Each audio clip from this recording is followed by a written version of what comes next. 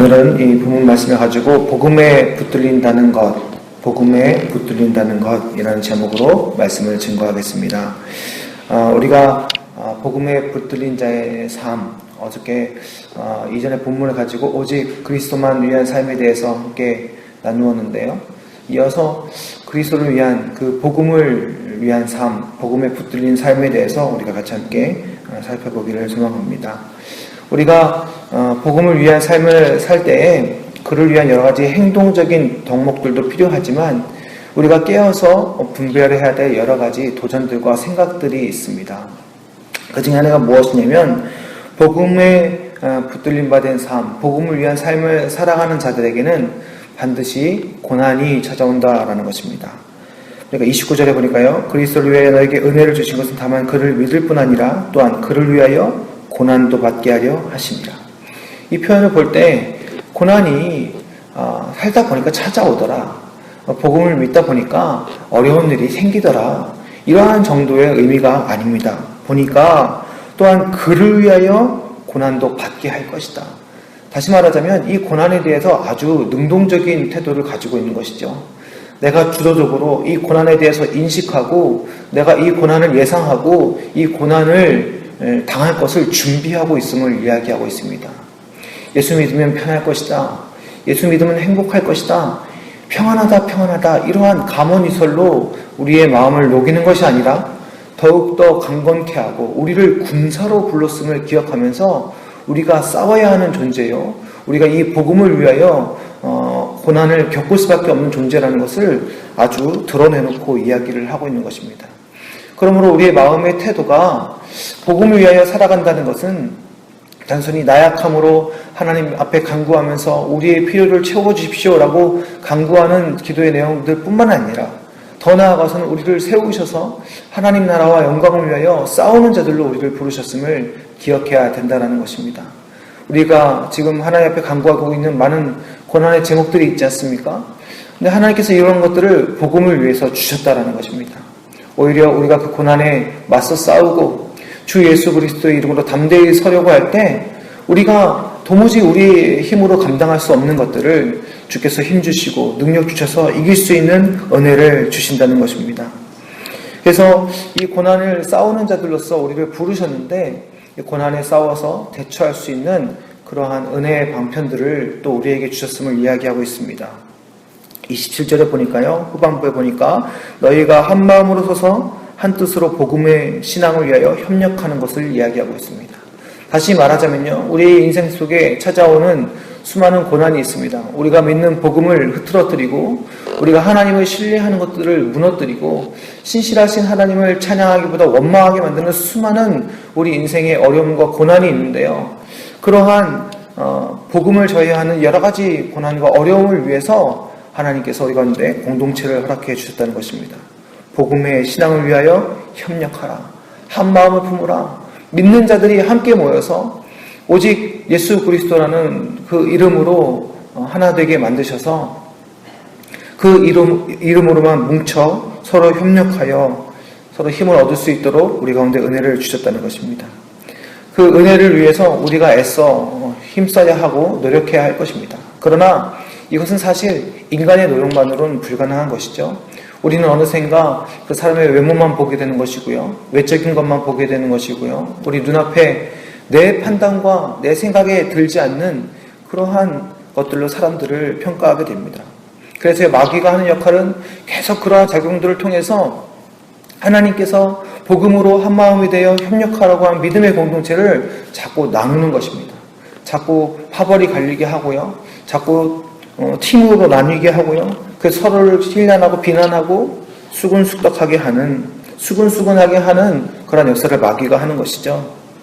그러나 우리가 복음으로 하나 될 수 있는 역사는 사람의 힘으로 되는 것이 아니요 성령 하나님께서 우리 가운데 도우시는 은혜가 있어야 하는 것입니다. 1절에 보니까 2장 1절에 보니까요. 그러므로 그리스도 안에 무슨 권면이나 사랑의 무슨 위로나 성령의 무슨 교제나 긍휼이나 자비가 있거든. 성령께서 우리에게 주시는 그런 은혜, 성령께서 주시는 긍휼한 마음, 성령께서 주시는 교제의 그러한 원동력, 성령께서 주시는 자비의 마음들, 그리스도 안에 있는 말씀의 권면과 사랑의 위로가 우리 가운데 있을 때에 우리는 그런 참된 하나됨의 의를 이룰 수 있다는 것입니다. 여러분, 사람이 사람을 사랑하는 것만큼 힘든 일이 없는 것 같습니다. 가족이라는 관계, 뭔가 또 특별한 관계가 되어서 우리의 심령 속에서 막 사랑이 솟아 올라오는 것 말고요. 우리가 어찌 우리 주변에 있는 타인들, 수많은 사람들 우리 힘으로 사랑하기를 결단할 수 있겠습니까? 그러나 성령께서 우리 가운데 은혜의 마음 주실 때 우리는 사랑할 수 있는 줄 믿습니다. 사랑의 열매는 성령의 열매잖아요. 우리의 힘으로 불가능한 것입니다. 그러므로 우리가 가장 지혜로운 것은 무엇이냐면 하나님 앞에 구하는 것입니다. 하나님, 우리가 하나 될 수 없습니다. 우리 공동체가 하나로 설 수 없습니다. 우리의 힘으로는 불가능합니다. 성령께서 우리 가운데 위로함 주시고 사랑의 마음 주시고 말씀의 권면을 주시고 하나님 그 말씀이 살았고 운동력이 있어 우리의 심령을 움직여 주셔서 우리의 심령을 바꿔 주셔서 하나님 사랑의 마음으로 나아갈 수 있도록 인도하여 주시옵소서. 우리가 기도해야 되는 것입니다. 이러한 간구와 기도가 가장 지혜로운 것이요. 믿음의 공동체, 교회로 부르신, 한 교회로 부르신 하나님의 그 부르심 앞에 우리가 한 마음을 품어 하나 될 수 있는 가장 유일한 방법인 것입니다. 여러분, 우리는 이것을 기억해야 되는 것입니다. 우리가 수요일마다 교회를 위해서 외쳐서 기도하지 않습니까? 여러 가지 제목들로 기도하고 환우들을 위해서도 기도하고 멀리 떨어져 있는 그러나 한 교회된 선교사님들을 위해서도 기도합니다. 그러나 잊지 말아야 될 것은 우리가 개인적으로 기도하는 매 순간마다도 우리 공동체를 위해서 기도해야 된다는 것입니다. 우리가 하나님 앞에 우리 어려움을 놓고 기도하지만 믿음의 공동체가 든든히 서 있지 아니하면 우리 스스로의 힘으로 이길 수 없는 것입니다. 하나님께서 우리를 하나로 부르셔서 교제하게 하시고 위로하게 하셔서 사람을 통하여 말씀을 통하여 우리의 모이는 예배를 통하여서 하나님께서 하나님의 위로를 우리 가운데 허락하여 주시기 때문입니다. 그러므로 복음에 붙들린 자의 삶, 복음에 합당하게 생활하는 삶이라는 것은 바로 그러한 믿음의 공동체 안에 하나님의 말씀으로 하나 되어져서 우리가 이 땅 가운데 우리 가운데 찾아오는 수많은 고난과 복음을 무너뜨리는 세상과의 싸움에서 승리할 수 있도록 하나님께서 우리를 부르셨음을 기억하는 것입니다. 그래서 끊임없이 우리가 기도해야 되는 것입니다. 2장 3절에 보니까 아무 일이든지 다툼이나 허영으로 하지 말고 오직 겸손한 마음으로 각각 자기보다 남을 낮게 여기라.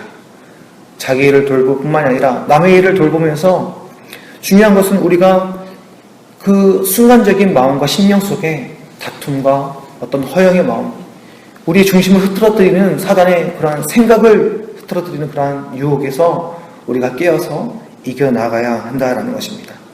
사랑하는 성도 여러분, 어제도 말씀드렸습니다만 일이 힘들어서 우리의 일이 힘들어지는 경우는 거의 없는 것 같습니다.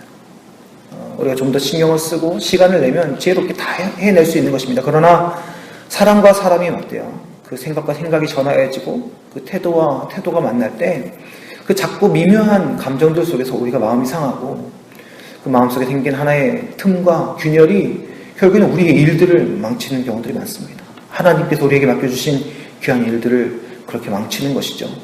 여러분, 그 시작의 틈이 우리의 마음을 무너뜨리는 사단의 전략 속에서 나타난다는 것을 여러분 기억하시기 바랍니다. 우리가 대책하여 싸워야 될 것이 무엇인가? 우리가 이 세상에 어떠한 것들과 싸워야 될 것인가? 우리의 복음을 무너뜨리는 것이 어디로부터 시작되어지는가? 여러분, 우리는 눈을 부릅뜨고 믿음의 눈을 부릅떠서 이러한 문제점들을 파악하고 그러한 복음에 붙들린 자의 삶을 위하여 믿음의 공동체를 온전히 세워가는 일에 집중해야 할 것입니다. 그것이 결국에는 우리의 개인적인 신앙과 믿음의 삶 속에서 가장 유익한 것으로 우리에게 허락하여 주시는 하나님의 은혜로 돌아오게 되는 줄 믿습니다. 사랑하는 성도 여러분, 오늘도 우리가 공동체를 위하여 기도할 때 하나님, 우리가 이 복음을 위한 믿음의 공동체 속에서 복음의 은혜를 누릴 수 있도록 도와주십시오. 서로 위로하고 교제하고 권면하는 가운데 우리가 복음 가운데 하나 되어지고 든든하게 서게 되어지는 역사를 경험케 하여 주시옵소서. 공동체를 위해서 기도해 주시기 바랍니다. 또 한 가지 기도하실 때, 주님, 내가 그 안에서 믿음의 작용을 할 때에 신령 가운데 작고 미묘한 감정들의 싸움 가운데서 승리하게 하시고 오히려 우리 자신을 돌아보아 더욱더 남을 돌아보는 은혜의 삶을 살 수 있도록 주님 인도하여 주시옵소서. 믿음으로 간구하며 하루를 하나님께 드리는 은혜의 삶이 되시기를 주님의 이름으로 간절히 축원합니다. 기도하겠습니다. 살아계신 아버지 하나님, 복음에 붙들린 자들은 또 다른 시각으로 은혜의 삶을 준비하여야 하는 것입니다. 주님, 호시탐탐 우리를 노리며 무너뜨리려는 사단의 유혹 가운데서 우리가 깨어서 늘 주 앞에 서 있을 수 있도록 인도하여 주시옵소서. 그리하여 아버지 하나님, 믿음의 공동체로 부르신 우리를 기억하여서 이 참된 교회를 세워나가고 끊임없이 교회를 위하여 기도하는 믿음의 백성들 되게 하여 주시옵소서. 그리하여 바른 공동체, 깨어있는 공동체 속에서 우리가 더욱더 힘을 얻고 위로함을 받아 더욱더 그리스도의 사랑을, 그리스도의 복음을 위한 삶을 살아드릴 수 있는 그러한 은혜의 삶이 되는 줄 믿사오니 주님, 우리가 이 지혜로운 기도를 그치지 아니하므로 더욱더 하나님의 공동체가 굳건히 설 수 있도록 인도하여 주시옵소서. 그러한 지혜로운 기도로 오늘도 우리의 하루의 삶을 살아갈 수 있도록 인도하여 주시며 믿음의 성도들도 각각의 삶 속에서 떨어져 살아나가지만 기도로 연합하는 은혜를 통하여 더욱더 믿음의 공동체에 힘을 입어 복음을 위한 삶이 될 수 있도록 오늘도 우리를 붙들어 주시옵소서. 모든 것을 주님께 감사드리며 우리 구주 예수 그리스도의 이름으로 간절히 기도드립니다. 아멘.